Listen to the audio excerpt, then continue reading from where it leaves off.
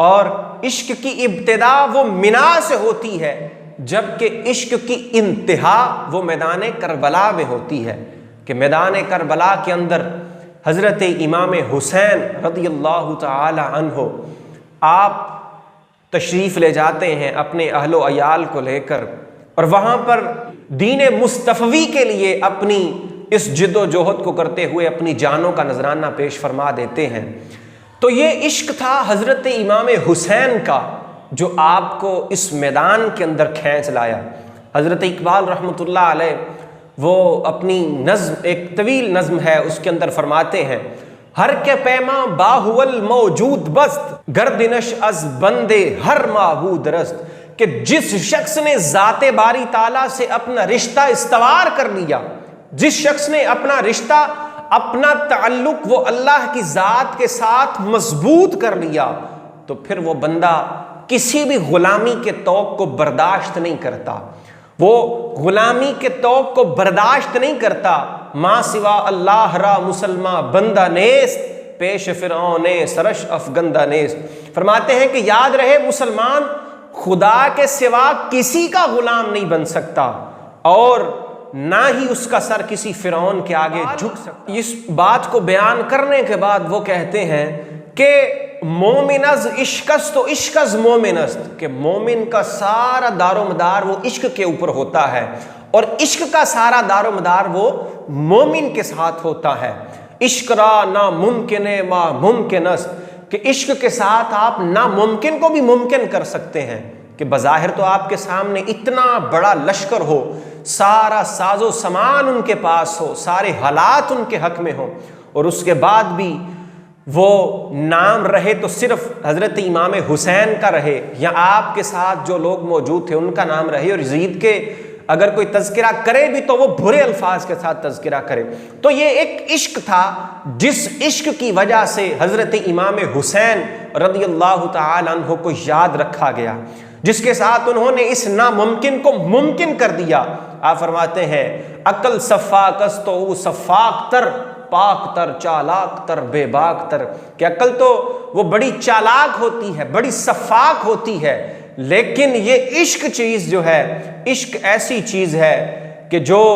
انسان کو وہ طاقت اور وہ قوت عطا فرما دیتا ہے کہ جب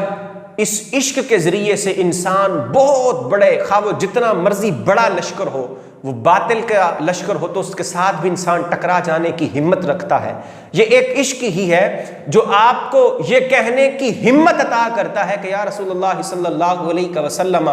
آپ اگر ہمیں حکم فرمائیں تو ہم اپنے گھوڑوں کو دریاؤں کے اندر، سمندروں کے اندر بھی ڈال دیں۔ تو یہ عشق تھا۔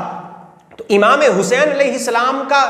یہ عشق آپ کو میدان کربلا کے اندر کھینچ کر لے گیا۔ تو اقبال کہتے ہیں کہ کیا میں تمہیں یہ نہ بتاؤں کہ عشق نے عقل و ہوس کے ساتھ کیا کیا؟ یہاں پر آپ عشق کا استعارہ بنا رہے ہیں سیدنا امام حسین کو، جبکہ عقل اور ہوس کا استعارہ آپ نے بنایا ہوا ہے یزید اور اس کی ساری کی ساری فوج کو، جو یہاں پر میدان کربلا کے اندر حضرت حسین کا مقابلہ کرنے کے لیے نکلی تھی۔ کیا فرماتے ہیں کہ کیا تو نے سنا ہے کہ عشق نے عقل کے ساتھ وہ میدان کربلا کے اندر کیا سلوک کیا؟ فرماتے ہیں امام عاشقاں پورے بطول، سرو آزاد زبست اللہ بائے بسم اللہ پدر، مان آئے ذبح عظیم آمد پہ سر، بہر آن شہزادہ خیر الملل،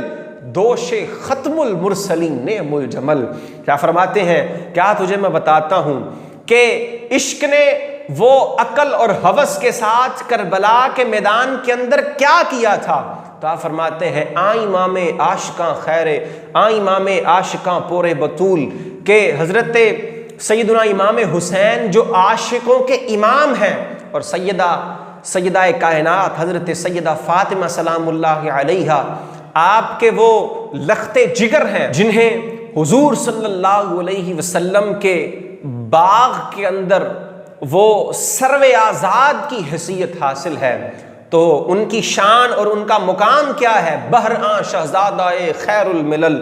دوش ختم المرسلین نعم الجمل، کہ سب سے بہتر، یعنی ملت اسلامیہ کے اس شہزادے کی شان یہ تھی کہ ان کی سواری آقا کریم صلی اللہ علیہ وسلم کے یہ کندھے ہوا کرتے تھے،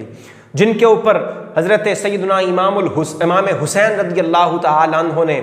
ان کندھوں کے اوپر سواری کی، اور ان کندھوں کے اوپر سواری کی حضرت امام حسین نے اللہ اللہ بائے بسم اللہ پدر، کہ جن کے باپ کی حیثیت یہ ہے کہ ان کو وہ بائے بسم اللہ ہونے کی حیثیت حاصل ہے، جن کو بسم اللہ کی جن کو بسم اللہ کی وہ با ہونے کا درجہ حاصل ہے۔ اور پھر فرماتے ہیں سرخ رو عشق غیور از خون او شوخیے ای مصرع از مضمون او، کہ عشق جو ہے وہ حضرت امام حسین کے خون کی سرخی کے ساتھ وہ سرخرو اور کامیاب ہوتا ہے۔ اور پھر حضرت امام حسین کی حیثیت کیا ہے درمیان امتاں کے وہاں جناب، ہم چو حرف کل ہو اللہ در کتاب،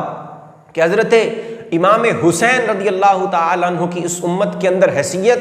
وہ ایسے ہی ہے جیسے قل ہو اللہ جو سورہ توحید ہے، سورہ اخلاص ہے، اس کی جو حیثیت قرآن کے اندر ہے، جو اس کو مرکزی حیثیت وہ قرآن کے اندر حاصل ہے، وہی حیثیت حضرت امام حسین رضی اللہ تعالیٰ عنہ کو اس امت کے اندر حاصل ہے۔ موسیٰ و فرعون و شبیر و یزید این دو قوت از حیات آید پدید، کہ جب سے یہ دنیا وجود کے اندر آئی ہے، جب سے یہ زمین و آسمان بنے ہیں، دو قوتیں وہ ہمیشہ سے ایک دوسرے کے سامنے رہی ہیں، ایک دوسرے کے مد مقابل رہی ہیں۔ ایک طرف اگر فرعون ہے تو دوسری طرف حضرت سیدنا موسیٰ علیہ السلام موجود ہے، اور ایک طرف اگر یزید موجود ہے تو اس کو ختم کرنے کے لیے احقاق حق کے لیے حضرت سیدنا حسین رضی اللہ تعالیٰ عنہ کی ذات بابرکات موجود ہے۔ آپ فرماتے ہیں زندہ حق از قوت شبیری است، باطل آخر داغ حسرت میری است، کہ فرماتے ہیں کہ حق جو ہے وہ ہمیشہ قوت شبیری کے ساتھ زندہ ہے، اور باطل وہ شکست اور نامرادی سے ہمیشہ دوچار ہوتا ہے، حق کا بول بالا وہ ہمیشہ سے ہوا ہے۔ اور پھر حضرت اقبال رحمۃ اللہ علیہ نے جو یہ بیان کیا تو اس کے بعد آگے لکھتے ہیں، جہاں پر یہ کچھ لوگ کہتے ہیں کہ یہ تو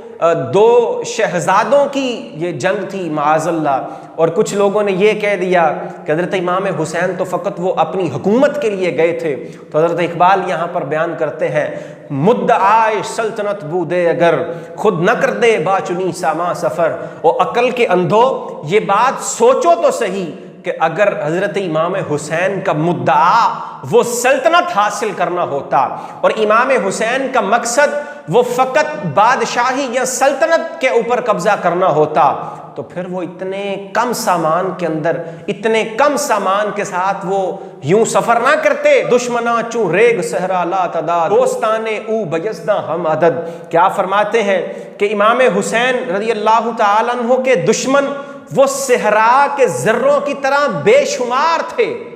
اتنے زیادہ دشمن تھے، لیکن آپ کے ساتھ جو آپ کے ہم نوا تھے، آپ کے ساتھ رہنے والے، آپ کے ساتھی تھے، ان کی تعداد کیا تھی؟ اتنی تھی جتنی یزداں کے اعداد کی تعداد ہے، اور یزداں کے اگر ہم حروف ابجد نکالیں تو وہ 72 بنتے ہیں۔ فرماتے ہیں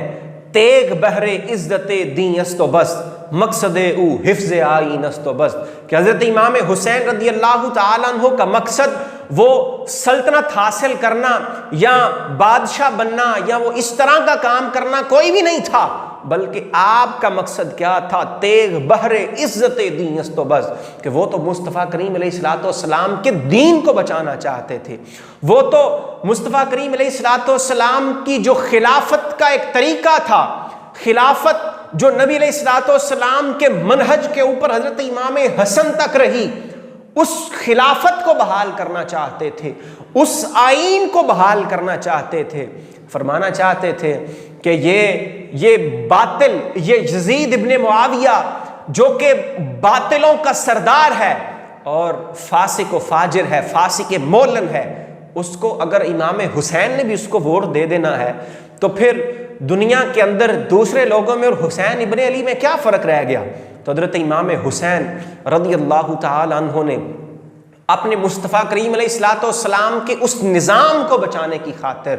اپنے حضور صلی اللہ علیہ وسلم کے دین کی آبرو کو بچانے کے لیے وہ تلوار اٹھائی تھی، اور مقصد وہ تلوار اٹھانے کا وہ کوئی سلطنت حاصل کرنا نہیں تھا، بلکہ حضور صلی اللہ علیہ وسلم کے دین کے اوپر پہرا دینا آپ کا یہ مقصد تھا۔ کہ یہ دیکھیے نا کہ یہ جیسے قدرت کا قانون ہے، جیسے میں نے ابھی بیان کیا کہ موسیٰ و فرعون شبیر و یزید این دو قوت از حیات آید پدید، کہ یہ دو قوتیں تو ہمیشہ سے آمنے سامنے آتی رہی ہیں، لیکن حق بات کیا ہے کہ اگر یزید آئے گا تو اس کے سامنے حسین بھی آئے گا۔ حسین علیہ السلام کا جو ایک طریقہ تھا، حضرت امام حسین، حضرت امام علی مقام رضی اللہ تعالیٰ عنہ، آپ نے اپنے نانا جان حضرت محمد مصطفیٰ صلی اللہ علیہ وسلم کے دین کے اوپر آنے والے، دین کے اوپر لگنے والے اس داغ کو دھونے کے لیے یہ قدم اٹھایا۔ اور پھر آگے اقبال کہتے ہیں کہ دراصل جو قربانی حضرت ابراہیم علیہ السلام نے اپنے بیٹے کی وہ منا کے اندر دی تھی، حضرت سیدنا اسماعیل کی قربانی کا ایک تسلسل جو چلتا ہوا آ رہا تھا وادی منا سے، آج حسین اس کی تکمیل کر رہے ہیں۔ غریب و سادہ و رنگی ہے داستان حرم، نہایت اس کی حسین ابتدا ہے اسماعیل، کہ وہ قربانی کا ایک تسلسل جس کی ابتدا وہ حضرت اسماعیل سے ہوئی تھی، آج حضرت امام حسین اس تسلسل کے ساتھ چلتے ہوئے آ رہے ہیں کہ سر ابراہیم و اسماعیل بود، یعنی آ جمال را تفصیل بود، کہ ان کی قربانی وہ اجمالی تھی، ان کی قربانی یہ تفصیلی ہے۔ وہاں پر 1 تن تھا، یہاں پر 72 تن ہے، یہاں بعض روایات کے مطابق وہ 150 افراد ہیں۔ تو وہ جو قربانی کا ایک تسلسل سیدنا اسماعیل علیہ السلام سے چلتا ہوا آ رہا تھا، آج حسین اسی سلسلے کی ایک کڑی کو ادا کرتے ہوئے اپنی جان بھی جان آفرین کے سپرد کر رہے ہیں۔ غریب و سادہ و رنگی ہے داستان حرم، نہایت اس کی حسین ابتدا ہے اسماعیل۔ اور آخر میں اقبال بیان کرتے ہیں کہ رمز قرآن از حسین آموختم، زیاتش او شولہ ہا اندوختم، شوکت شام فر بغداد رفت، سطوت گرناتا ہم از یاد رفت، تار ما از زخم اش لرزاں ہنوز، تازہ از تکبیر او ایما ہنوز، کہ ہم نے قرآن کے اسرار و رموز وہ حسین سے سیکھے ہیں، امام حسین سے سیکھیں، اور انہی کی روشن کی ہوئی آگ سے یہ شعلے سمٹ رہے ہیں۔ اور فرماتے ہیں کہ دنیا کی کئی حکومتیں آئیں اور وہ ساری کی ساری چلی گئیں، وہ شام کا وہ جاہ و جلال چلا گیا، وہ سطوت غرناطہ چلی گئی، وہ اتنی عظیم الشان وہ حکومتیں چلی گئیں، آج کسی کا نام باقی نہیں ہے، لیکن حضرت امام حسین رضی اللہ تعالیٰ عنہ کہ اس واقعہ کربلا کی یادیں آج بھی اس امت کے لیے تازہ ہیں۔ اور پھر فرمایا آخر کے اندر عرض کرتے ہیں، اے صبا اے پیک دور افتادگاں، اشک ماں بر خاک پاک او رساں، کہ اے باد صبا، اے دور رہنے والوں کا پیغام لے کر جانے والی ہوا، ہمارے آنسوؤں کا ہدیہ حضرت امام حسین رضی اللہ تعالی عنہ کے مرکز مقدس روضہ انور تک پہنچا دے۔ میرے دوستو عزیزو، آج بھی ہم جن حالات سے دوچار ہیں، خاص کر جو ہمارا پاکستان جن مصائب کا شکار ہے، اس کا حل فقط ایک ہے، اور وہ حضرت امام حسین رضی اللہ تعالیٰ عنہ کی فکر کا پرچار ہے۔ اور وہ کیا ہے؟ نکل کر خانقاہوں سے ادا کر رسم شبیری، کہ فقر خانقاہی ہے فقط اندوہ دلگیری، کہ خانقاہوں سے نکل کر ہمیں اب میدان کے اندر اتر کر وہ رسم شبیری کو ادا کرنے کی ضرورت ہے۔ اقبال رحمۃ اللہ علیہ نے بھی ہمیں یہی پیغام دیا ہے کہ اگر تم نے کسی نہج پر پہنچنا ہے، تم نے دنیا کے اندر وہ باطل کے ساتھ ٹکرانا ہے، تو حسین ابن علی رضی اللہ تعالیٰ عنہ کا طریقہ کار وہ تمہارے سامنے موجود ہے۔ کبھی بھی باطل کو ووٹ نہ دیں، کبھی بھی باطل کے سامنے جھکنے والا کام نہ کریں۔ امام حسین کا نام وہ آج تک زندہ ہے، تو ہمیں بھی چاہیے کہ ہم بھی جب باطل قوتیں ہمارے سامنے موجود ہوں، تو خواہ ان کی تعداد کتنی ہی زیادہ کیوں نہ ہو، خواہ ان کے پاس کتنے زیادہ اسباب کیوں نہ ہوں، تو ہمیں بھی چاہیے کہ ہم بھی نکلیں اور نکل کر وہ رسمیں شبیری ادا کریں۔ قافلہ حجاز میں ایک حسین بھی نہیں، گرچہ ہے تابدار ابو گیس ہوئے دجلہ و فرات۔ ہمیں چاہیے کہ جب بھی ہمارے سامنے اس طرح کا موقع پیش آئے تو حسین ابن علی رضی اللہ تعالیٰ عنہ کے منہج کو پیش نظر رکھتے ہوئے ہم بھی باطل کے ساتھ ٹکرا جائیں۔ اللہ کریم ہمیں بھی سیدنا امام حسین رضی اللہ تعالیٰ عنہ کے ذریعے سے، ان کے صدقے سے، ان کے وسیلے سے ہمیں بھی دنیا و آخرت کی کامیابیاں اور بھلائیاں نصیب فرمائے۔ وما علینا الا البلاغ المبین۔